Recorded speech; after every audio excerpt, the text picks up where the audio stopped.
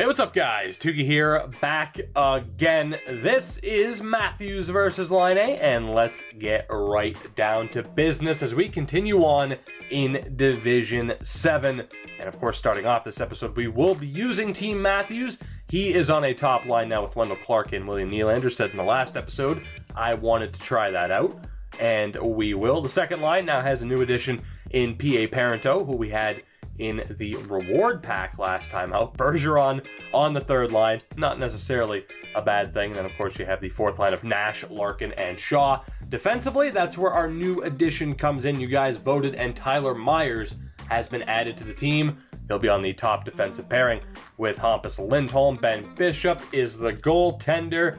We are good to go. Matthews had a ridiculous performance last time out. Let's see if he can keep that going. Takajiji. Get your ass in the car. The point, Lindholm, Myers, William Nylander. Oh my God, was that a post hit already? Good tie up there. Nylander backdoor for Logan Couture. And there we go. And that is our first upgrade of the game. This guy doesn't have the most impressive team. It could be a familiar situation for Team Matthews, but so far, only the one upgrade. What can we do here with Hampus Lindholm? We break in, and that's a bit filthy. I do feel a bit bad about that one. Lindholm on the board. It's 2-0 very, very quickly.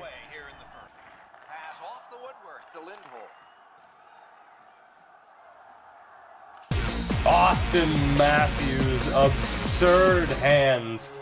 That is our second upgrade of the game. We could be well on our way to a rage quit pack as well. Bergeron, oh my God, he makes it 4-0. The hands from Patrice Bergeron. Again, it's Div 7. I don't take a whole lot of pleasure in this, but it is 4-0.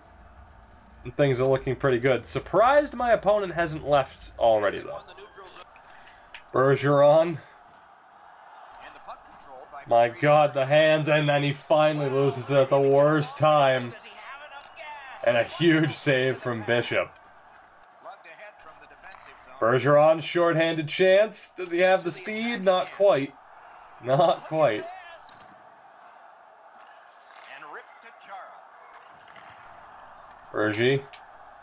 Bergie gets another one. Oh my God.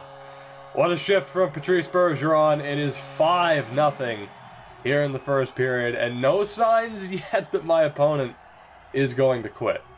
Power play has been strong. They have connected once. Let's see if they can make it twice on this power play. Bergeron backdoor for Gaborik. Oh my God, he drifted so far away, but from that angle, it is still a slam dunk for Gaborik. Is that enough? No, it is not. My opponent still hanging around. And that was the point of the series. For Matthews' success, we get the upgrades. And then by having the better team, you hope that we end up getting better results. But if the player doesn't quit, it's all for nothing. Can we get another goal? Gaborik.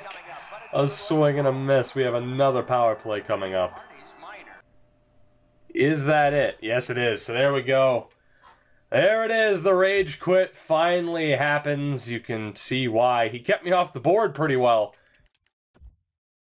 But overall, another dominating performance for Team Matthews. A 2-point night for the man himself. So that's 2 upgrades. And of course, the rage quit pack. So let's go open up that pack first of all, to see if we get anything decent. Again, it's better to open that up, so if we get a half-decent right wing, at least we know we can look elsewhere as far as the upgrades go. So let's go take a look. A beautiful 7.5K pack. Not expecting to get anything decent in this pack, of course. But for the moment, it's the right way to go about things. Of course, if we get the hat trick of upgrades and the rage quit, that is where we might take a step up and go after a different pack. But for now, it'll be a base 7.5K pack, or do we want to go for the expansion? You know what? Let's go for the expansion, because we can afford to replace, I believe it's Andrew Shaw, who is on the 4th line. He's not in for any synergy purposes. So let's see, do we get anything, or will we get anything half decent in this pack that could help things out? Derek Brassard might take his spot, Andrew Shaw's spot, on the 4th line. But aside from that, not the greatest of packs. Alright guys, so here we go as we get a look at my opponent's team from the last game. A couple of decent options, but I am going to do something a little bit different with the poll this time out. Now we are getting 2 upgrades, but I'm only going to have 1 poll. So the 2 players with the highest percentage are the players that will get. So there are, of course, going to be 5 players you can pick between. They are Brad Marchand, Corey Perry, Bobby Ryan, Sean Monahan, and Nicholas Kronwall. So we do have an option for a defenseman in there, and of course some other decent forward options. I wanted to do the 1 poll though, just because I don't think I could, make a fair secondary poll, if you know what I'm saying. Basically, it wouldn't exactly be fair to be like, oh, okay, so we have the forwards and then Bobby Ryan against Kronwall. So let's just have them all in 1 poll. The 2 highest percentages are the 2 players we will add to Team Matthews for the next game. Moving on to the second half of our episode, where the focus changes to Team Laine, and you may notice that they are no longer a 4-star team. They are a 4.5-star team. Of course, Corey Crawford between the pipes. We still have our head coach. The question is, who was added to the team? And it wasn't Ryan Smith. You guys actually voted for Chris Russell. Now, I may have done a bit too much to influence that, but I genuinely believe he was the right decision. Like I said, man, you look at this card's attributes, they are fantastic. I would easily, there are other cards, of course, that you could take into Division 1, but with his speed, with his acceleration, the defensive awareness and all that, he is one hell of a card to have. And as well, because he has team shot blocking, we were able to get rid of certain players like Brooks Light, which is a gigantic change to this team. Of course, the top line is Clark, Backstrom, Laine, Kane, McDavid, McKinnon, Nash, Stastny, and Nylander, Helm, Shaw, and Zach Dalpe, who again isn't too bad of a player, mainly because of his speed.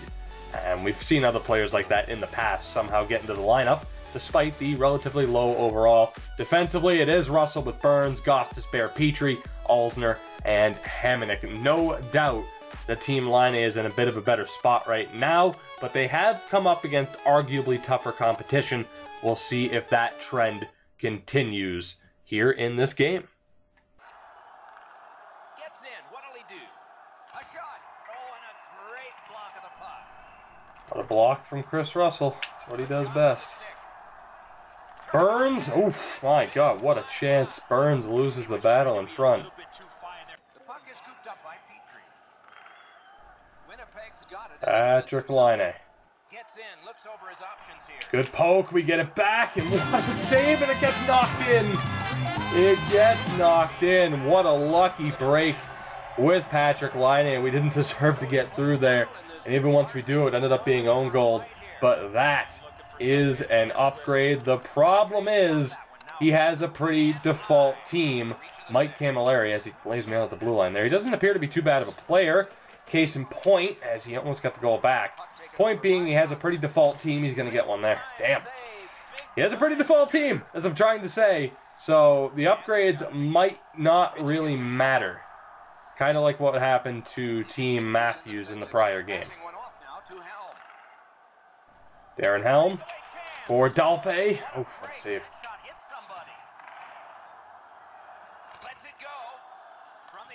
And Zach Dalpe with the snipe. Is that going to be a rage quit early? Is that going to be a rage quit here in the first period? Yes, it is. A pretty short episode of Matthews versus Laine. So tempted to play another game with each team, as Laine does at least get the 1 upgrade. I don't know, let's see. Let's go take a look at this guy's team. And as you get a look at the opponent's team, guys, it's actually better than what I gave it credit for during the game. Travis Konechny, we know what kind of damage he can do because of Bork's Battalion. Zibanejad, Yakupov, Hagelin, Johnson, Bodker, Drouin, all very serviceable players. We're also looking at a potential upgrade over Karl Alzner in Andrei Sekera for the third pairing defensive spot. As far as who to pick here, again, it's only one upgrade. Sekera will be an option. He will be an option. And from there, I think we're going to go with Konechny, Yakupov, Johnson, and Drouin.